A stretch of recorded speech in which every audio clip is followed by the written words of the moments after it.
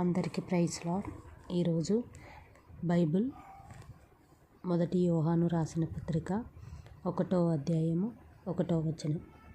జీవవాక్యమును గురించినది ఆది నుండి ఏది ఉండెనో, మేమేది వింటిమో, కనులార ఏది చూచితేమో, ఏది నిదానించి కనుగొంటిమో, మా చేతులు దేనిని తాకి చూచెనో అది మీకు తెలియజేయుచున్నాము. ఆ జీవము ప్రత్యక్షమాయెను, తండ్రి యొద్ద నుండి మాకు ప్రత్యక్షమైన నిత్య జీవమును మేము చూసి ఆ జీవమును గురించి సాక్ష్యమిచ్చుచు దానిని మీకు తెలియపరచుచున్నాము. మాతో కూడా మీకును సహవాసము కలుగునట్లు మేమును చూచిన దానిని వినిన దానిని మీకు తెలియజేయుచున్నాము. మన సహవాసం అయితే తండ్రితో కూడాను ఆయన కుమారుడైన క్రీస్తుతో కూడాను ఉన్నది. మన సంతోషం పరిపూర్ణమౌటకై ఏమి సంగతులను రాయుచున్నాము. మేమాయన వలన విని మీకు ప్రకటించు వర్తమానమేమనగా, దేవుడు వెలుగై ఉన్నాడు, ఆయన యందు చీకటి ఎంత మాత్రమునూ లేదు. ఆయనతో కూడా సహవాసము గలవారమని చెప్పుకొని చీకటిలో నడిచిన ఎడల మనం అబద్ధమాడుచు సత్యమును జరిగింపకుందుము. అయితే ఆయన వెలుగులోనున్న ప్రకారము మనమును వెలుగులో నడిచిన ఎడల మనం అన్యోన్య సహవాసము గలవారమై ఉందుము. అప్పుడు ఆయన కుమారుడైన యేసు రక్తము ప్రతి పాపము నుండి మనలను పవిత్రునిగా చేయును. మనము పాపము లేని వారమని చెప్పుకొనిన ఎడల మనలను మనమే మోసపుచ్చుకొందుము, మరియు మనలో సత్యముండదు. మన పాపములను మనము ఒప్పుకొనిన ఎడల ఆయన నమ్మదగిన వాడును నీతిమంతుడును గనుక ఆయన మన పాపములను క్షమించి సమస్త దుర్నీతి నుండి మనలను పవిత్రులుగా చేయును. మనం పాపము చేయలేదని చెప్పుకొనిన ఎడల ఆయనను అబద్ధికునిగా చేయుదు వారమగుదుము, మరియు ఆయన వాక్యము మనలో ఉండదు. 1 యోహాను రాసిన పత్రిక 2వ అధ్యాయం. నా చిన్న పిల్లలారా, మీరు పాపము చేయకుండుటకై ఈ సంగతులను మీకు రాయుచున్నాను. ఎవడైనను పాపం చేసిన ఎడల నీతిమంతుడైన యేసుక్రీస్తు అను ఉత్తరవాది తండ్రి యొద్ద మనకున్నాడు. ఆయనే మన పాపములకు శాంతికరమై ఉన్నాడు. మన పాపములకు మాత్రమే కాదు, సర్వలోకమునకు శాంతికరమై ఉన్నాడు. మరియు మనం ఆయన ఆజ్ఞలను గైకొనిన ఎడల దీనివల్లనే ఆయనను ఎరిగి ఉన్నామని తెలుసుకొందుము. ఆయనను ఎరిగి ఉన్నానని చెప్పుకొనుచు ఆయన ఆజ్ఞలను గైకొనని వాడు అబద్ధికుడును, వానిలో సత్యము లేదు. ఆయన వాక్యం ఎవడు గైకొనునో వానిలో దేవుని ప్రేమ నిజముగా పరిపూర్ణమాయెను. ఆయన యందు నిలిచి ఉన్న వాడని చెప్పుకొనువాడు ఆయన ఎలాగు నడుచుకొనెనో అలాగునే తానును నడుచుకొన బద్ధుడై ఉన్నాడు. మనం ఆయన యందున్నామని దీని వలన తెలుసుకొనుచున్నాము. ప్రియులారా, మొదటి నుండి మీకున్న పూర్వపు ఆజ్ఞనే గాని కొత్త ఆజ్ఞను నేను మీకు రాయటలేదు. ఈ పూర్వపు ఆజ్ఞ మీరు వినిన వాక్యమే, మరి కొత్త ఆజ్ఞను మీకు రాయుచున్నాను. చీకటి గతించుచున్నది, సత్యమైన వెలుగు ఇప్పుడు ప్రకాశించుచున్నది కనుక అది ఆది అందును మీ అందును సత్యమే. వెలుగులో ఉన్నానని చెప్పుకొనుచు తన సహోదరుని ద్వేషించువాడు ఇప్పటి వరకును చీకటిలోనే ఉన్నాడు. తన సహోదరుని ప్రేమించువాడు వెలుగులో ఉన్నవాడు. అతని యందు అభ్యంత కారణమేదియూ లేదు. తన సహోదరుని ద్వేషించువాడు చీకటిలో ఉండి చీకటిలో నడుచుచున్నాడు. చీకటి అతని కన్నులకు గుడ్డితనము కలుగజేసెను కనుక తానెక్కడికి పోవుచున్నాడో అతనికి తెలియదు. చిన్నపిల్లలారా, ఆయన నామమును బట్టి మీ పాపములు క్షమింపబడి ఉన్నవి కనుక మీకు రాయుచున్నాను. తండ్రులారా, మీరు ఆది నుండి ఉన్నవానిని ఎరిగి ఉన్నారు గనుక మీకు రాయుచున్నాను. యవ్వనస్తులారా, మీరు దుష్టుని జయించున్నారు గనుక మీకు రాయుచున్నాను. చిన్నపిల్లలారా, తండ్రిని ఎరిగి ఉన్నారు గనుక మీకు రాయుచున్నాను. తండ్రులారా, మీరు ఆది నుండి ఉన్నవానిని ఎరిగి ఉన్నారు గనుక మీకు రాయుచున్నాను. యవ్వనస్తులారా, మీరు బలవంతులు, దేవుని వాక్యము మీ యందు నిలిచి ఉన్నది. మీరు దుష్టుని జయించున్నారు గనుక మీకు రాయుచున్నాను. ఈ లోకమునైనను లోకములో ఉన్న వాటినైనను ప్రేమింపకుడి. ఎవడైనను లోకమును ప్రేమించిన ఎడల తండ్రి ప్రేమ వానిలో నుండదు. లోకములో ఉన్నదంతయు అనగా శరీరాశయు, నేత్రము, జీవపు డంబమును తండ్రి వలన పుట్టినవి కావు, అవి లోక సంబంధమైనవియే. లోకమును దాని ఆశ గతించిపోచున్నవి గాని దేవుని చిత్తమును జరిగించువాడు నిరంతరము నిలుచును. చిన్నపిల్లలారా, ఇది కడవరి గడియ. క్రీస్తు విరోధి వచ్చునని వింటిరి కదా. ఇప్పుడును అనేకులైన క్రీస్తు విరోధులు బయలుదేరి ఉన్నారు. ఇది కడవరి గడియ అని దీని చేత తెలుసుకొనుచున్నాము. వారు మనలో నుండి బయలు వెళ్ళిరి కానీ వారు మన సంబంధులు కారు. వారు మన సంబంధులైతే మనతో కూడా నిలిచి ఉందురు. అయితే వారందరూ మన సంబంధులు కారని ప్రత్యక్షపరచబడినట్లు వారు బయలు వెళ్ళిరి. అయితే మీరు పరిశుద్ధుని వలన అభిషేకం పొందినవారు కనుక సమస్తమును ఎరుగుదురు. మీరు సత్యం ఎరగని వారైనందున నేను రాయలేదు కానీ మీరు దానిని ఎరిగి ఉన్నందునను ఏ అబద్ధమును సత్య సంబంధమైనది కాదని ఎరిగి ఉన్నందునను మీకు రాయిచున్నాను. యేసుక్రీస్తు కాడని చెప్పువాడు తప్ప ఎవడబద్ధికుడు? తండ్రిని కుమారుణ్ణి ఒప్పుకొనని వీడే క్రీస్తు విరోధి. కుమారుణ్ణి ఒప్పుకొనని ప్రతి వాడును తండ్రిని అంగీకరించువాడు కాడు. కుమారుని ఒప్పుకొనువాడు తండ్రిని అంగీకరించువాడు. అయితే మీరు మొదటి నుండి దేనిని వింటిరో అది మీలో నిలవనీయుడి.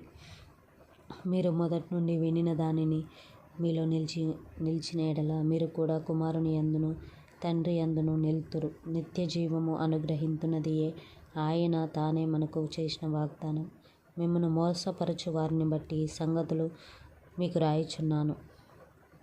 అయితే ఆయన వలన మీరు పొందిన అభిషేకం మీలో నిలిచిచున్నది గనుక ఎవడునూ మీకు బోధింపనక్కర్లేదు. ఆయన ఇచ్చిన అభిషేకం సత్యమే గాని అబద్ధము కాదు.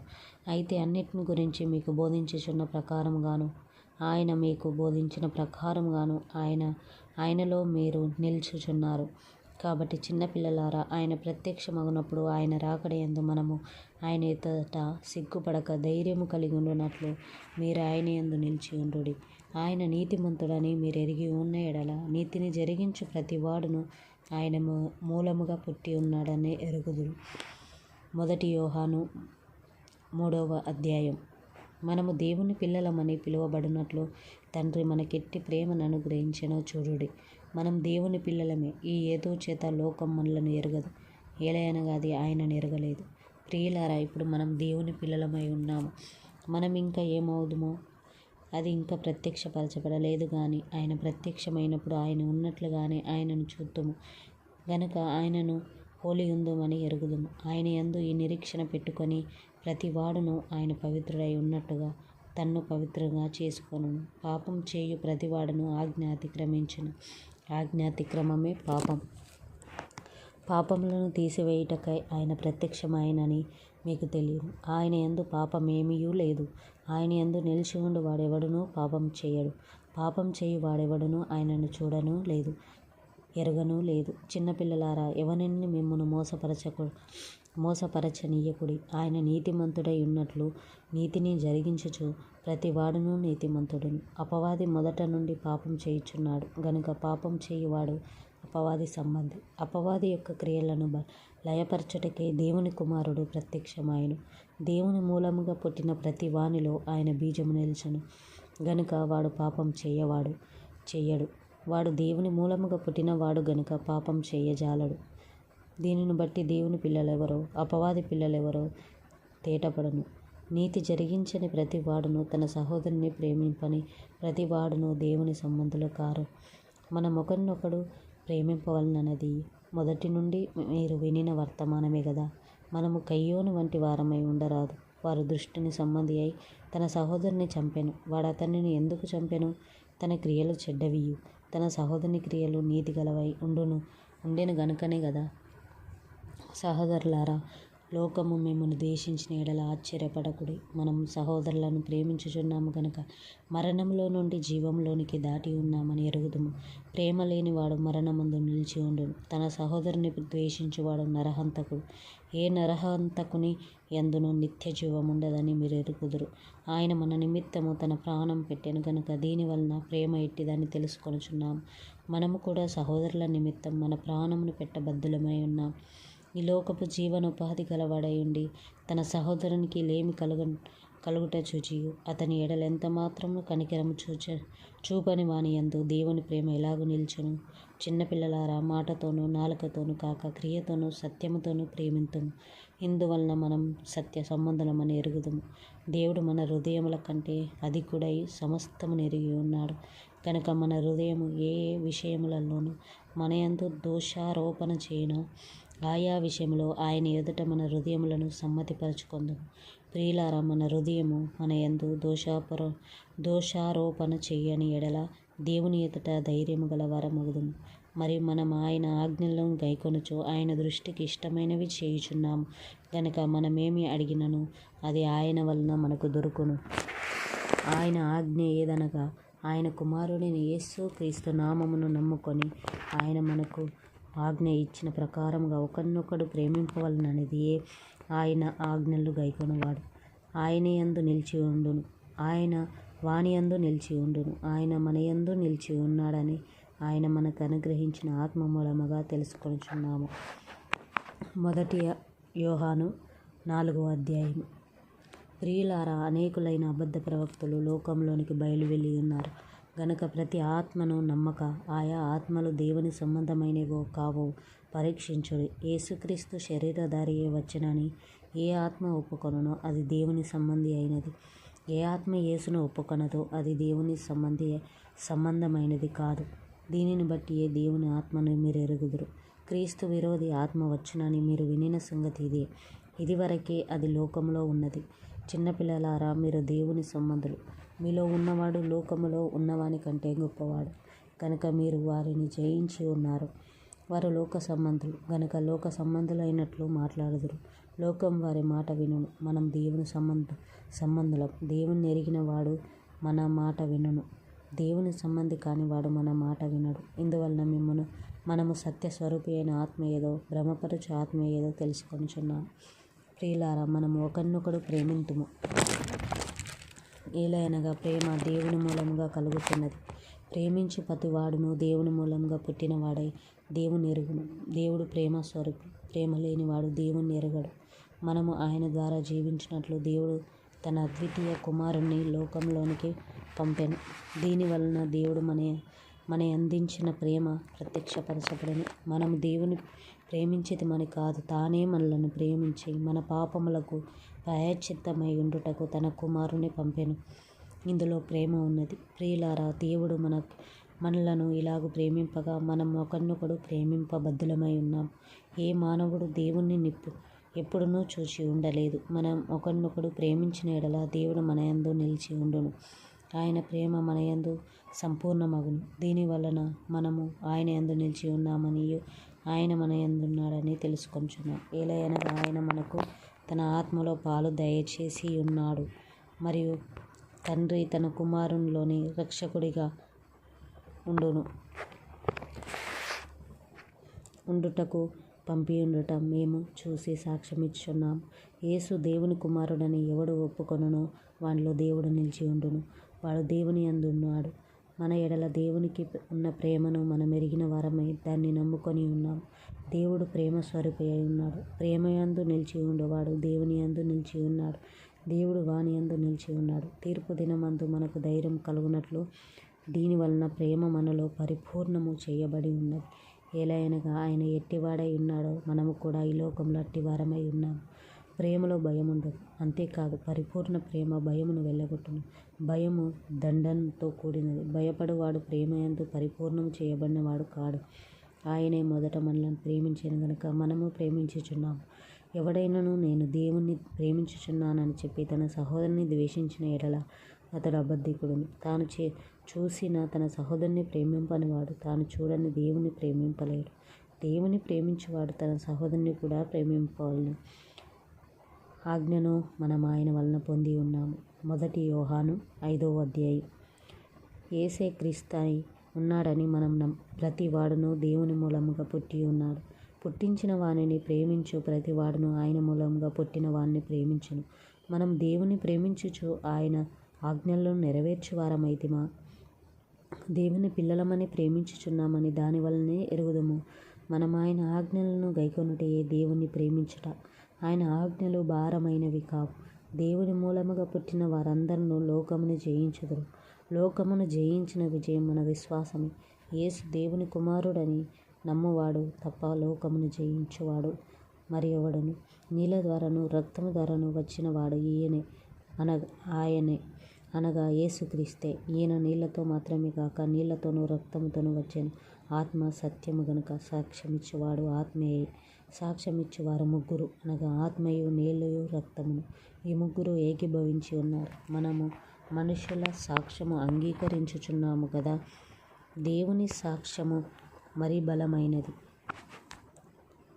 దేవుని సాక్ష్యము ఆయన తన కుమారుని గురించి ఇచ్చినదే. దేవుని సాక్ష్యం ఆయన తన కుమారుని గురించి ఇచ్చినదే. దేవుని కుమారుని యందు విశ్వాసముంచు వాడు తనలోనే సాక్ష్యం కలిగి ఉన్నాడు. దేవుని నమ్మని వాడు ఆయన తన కుమారుని గురించి ఇచ్చిన సాక్ష్యం నమ్మలేదు గనక అతడు దేవుని అబద్ధికునిగా చేసిన వాడే. ఈ సాక్ష్యమేమనగా దేవుడు మనకు నిత్య జీవమును దయచేసెను. ఈ జీవం ఆయన కుమారుని యందున్నది. దేవుని కుమారుని అంగీకరించువాడు జీవము గలవాడు. దేవుని కుమారుని అంగీకరింపని వాడు జీవము లేనివాడే. దేవుని కుమారుని నామమందు విశ్వాసముంచు మీరు నిత్య జీవము గలవారని తెలుసుకొన్నట్లు నేను ఈ సంగతులను మీకు రాయిచున్నాను. ఆయనను బట్టి మనకు కలిగిన ధైర్యం ఏదనగా ఆయన చిత్తానుసారంగా మనమేది అడిగినను ఆయన మన మనవి ఆలకించినదియే. మనమేమి అడిగినను ఆయన మన ఆలకించినదియే. మనం ఎరిగిన ఎడల మనం ఆయనను వేడుకొనిన మనకు కలిగినవని ఎరుగుదుము. తన సహోదరుడును మరణముకరము కాని పాపము చేయగా ఎవడైనా చూసిన ఎడల అతడు వేడుకొనును. అతడిని బట్టి దేవుడు మరణకరము కాని పాపము చేసిన వారికి జీవము దయచేయును. మరణకరమైన పాపము కలదు. అట్టి దాన్ని గురించి వేడుకొనవలనని నేను చెప్పుటలేదు. సకల దుర్నీతియు పాపము అయితే మరణకరము కాని పాపము కలదు. దేవుని మూలముగా పుట్టి ఉన్నవాడెవడనూ పాపము చేయడని ఎరుగుదుము. దేవుని మూలముగా పుట్టినవాడు తన్ను భద్రం చేసుకొనును గనుక దుష్టుడు వాణ్ణి ముట్టడు. మనం దేవుని సంబంధులమనియు లోకమంతయు దుష్టుని యందున్నదనియు ఎరుగుదుము. మనం సత్యవంతుడైన వానిని ఎరగవలనని దేవుని కుమారుడు వచ్చి మనకు వివేకం అనుగ్రహించి ఉన్నాడని ఎరుగుదుము. మనం దేవుని కుమారుడైన యేసుక్రీస్తు నందున్న వారమై సత్యవంతుని యందున్నాము. ఆయనే నిజమైన దేవుడును నిత్య జీవమునై ఉన్నాడు. చిన్నపిల్లలారా, విగ్రహముల జోలికి పోకుడి, జాగ్రత్తగా ఉండుడి. అందరికీ వందనాలు. ఈ వాక్యం మీకు ఎంతో ప్రోత్సాహకరంగా ఇంకా బైబిల్ చదవడానికి ఎంతో ద్రోహపడుతుందని నేను నమ్ముచున్నాను. అందరికీ వందనాలు.